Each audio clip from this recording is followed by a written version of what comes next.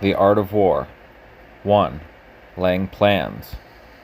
Sun Tzu said, "The art of war is of vital importance to the state. It is a matter of life and death, a road either to safety or to ruin. Hence it is a subject of study which must not be neglected. The art of war, then, is governed by 5 constant factors which must be considered before entering into a conflict. These are the moral law, heaven, earth, the commander, and method and discipline. The moral law causes the people to be in complete accord with their ruler, so that they will follow him regardless of their lives, undismayed by any danger. Heaven signifies night and day, cold and heat, times and seasons. Earth comprises distances, great and small, danger and security, open ground and narrow passes, the chances of life and death.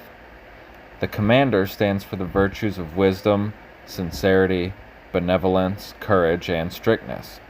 Method and discipline is to be understood the marshalling of the army in its proper subdivisions, the graduations of rank among the officers, the maintenance of roads by which supplies may reach the army, and the control of military expenditure. These 5 criteria should be familiar to every general. He who knows them will be victorious. He who knows them not will fail. Therefore, in your deliberations, when seeking to predict the outcome of a military conflict, let these 7 questions be the basis of your consideration. Which of the 2 sovereigns is imbued with morality? Which of the 2 generals has most ability? With whom lie the advantages derived from heaven and earth? On which side is discipline most rigorously enforced? There is a remarkable story of Cao Cao's 155 through 220 A.D., who was such a strict disciplinarian that once, in accordance with his own severe regulations against injury to standing crops, he condemned himself to death for having allowed his horse to shy into a field of corn. However, in lieu of losing his head, he was persuaded to satisfy his sense of justice by cutting off his hair. Cao was quoted, "When you lay down a law, see that it is not disobeyed. If it is disobeyed, the offender must be put to death." Which army is stronger? On which side are officers and men better trained? In which army are both reward and punishment delivered most fairly? By means of these 7 considerations, I can forecast victory or defeat. The general that follows my counsel and acts upon it will conquer. Let such a one be retained in command. The general that does not heed my counsel or fails to act upon it will suffer defeat. Let such a one be dismissed. While taking the profit of my counsel, avail yourself also of any helpful circumstances presenting themselves, not covered in these rules, and modify your plans accordingly. All warfare is based on deception. Thus, when able to attack, we must seem unable. When using our forces, we must seem inactive. When we are near, we must make the enemy believe we are far away. When far away, we must make him believe we are near. Hold out bait to entice the enemy. Feign disorder and crush him. If he is secure at all points, be prepared for him. If he is superior in strength, evade him. If your opponent is quick to anger, seek to irritate him. Pretend to be weak that he may grow arrogant. If he is tired, do not allow him to rest. If his forces are united, separate them. Attack him where he is unprepared. Appear where you not expected. These military devices leading to victory must not be divulged beforehand. The general who wins a battle will make many calculations before the battle is fought. The general who loses a battle makes few plans beforehand. Thus, planning leads to victory, and lack thereof will bring defeat. It is by attention to this point that I can foresee who is likely to win or lose. 2. Waging war. In the operations of war, where there are in the field 1,000 swift chariots, as many heavy chariots, and 100,000 mail-clad soldiers, with provisions enough to carry them hundreds of miles, the expenditure at home and at the front, including entertainment of guests, small items such as glue and paint, and some spent on chariots and armor, will reach the total of 1,000 ounces of silver per day.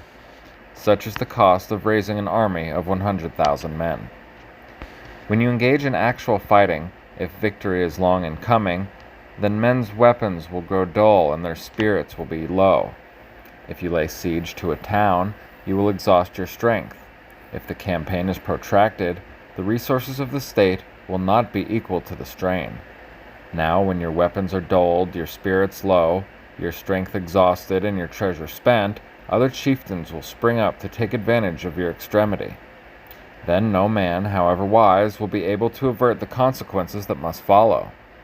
Though we know the stupidity of haste in war, cleverness has never been associated with long delays. There is no instance of a country having benefited from prolonged warfare. It is only one who is thoroughly acquainted with the evils of war that can thoroughly understand the best way of carrying it out. The skillful general does not raise a second levy, neither are his supply wagons loaded more than twice. Bring your war material with you from home, but take your food and fodder from the enemy, and the army will have enough for its needs. The cost of transporting material to a distant army causes the state and people to be impoverished. On the other hand, the proximity of an army causes prices to go up, and high prices cause the people's substance to be drained away. When wealth of the state has been drained away, the peasants will be heavily taxed. With this loss of substance and exhaustion of strength, the homes of the people will be stripped bare, and 3/10 of their income will be dissipated, while government expenses for broken chariots, worn-out horses, breastplates and helmets, bows and arrows, spears and shields, protective mantles, draft oxen, and heavy wagons will amount to 4/10 of its total revenue. Hence, a wise general makes a point of foraging on the enemy. 1 cartload of the enemy's provisions is equivalent to 20 of one's own, and likewise a single hundredweight of his fodder is equivalent to 20 from one's own store. This is because 19 cartloads will be consumed in the process of transporting 1 cartload to the front. In order to kill the enemy, our men must be roused to anger, that there may be advantage from defeating the enemy. They must have their rewards. Rewards are necessary in order to make the soldiers see the advantage of beating the enemy. Thus, when you capture spoils from enemy, they must be used as rewards, so that all your men may have a keen desire to fight, each on his own account. Therefore, in chariot fighting, when 10 or more chariots have been taken, those who took the first should be rewarded. Our own flags should be substituted for those of the enemy, and the chariots mingled and used in conjunction with ours. The captured soldiers should be kindly treated and kept. This is for the purpose of using the conquered foe to augment one's own strength. In war, then, let your great objective be victory, not lengthy campaigns. Thus it may be known that the leader of armies is the arbiter of the people's fate, the man on whom it depends whether the nation shall be in peace or peril. Thank you for watching.